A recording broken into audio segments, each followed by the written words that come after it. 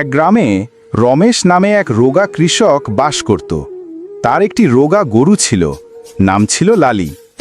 রমেশ দরিদ্র ছিল, সে দিনরাত মাঠে কাজ করত, কিন্তু পেট ভরানোর জন্য পর্যাপ্ত পরিমাণে খেতে পারত না।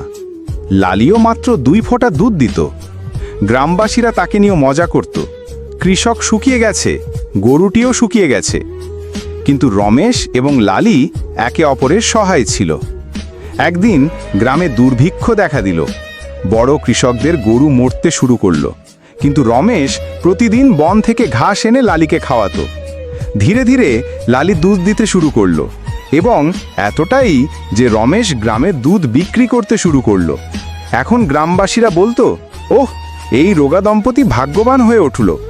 রমেশ হেসে লালিকে জড়িয়ে ধরে বলতো, আমরা দুজনেই কখনো আশা হারাইনি, তাই আমরা জিতেছি। শিক্ষা: সত্যিকারের কঠোর পরিশ্রম এবং সাহচর্য কখনো বৃথা যায় না।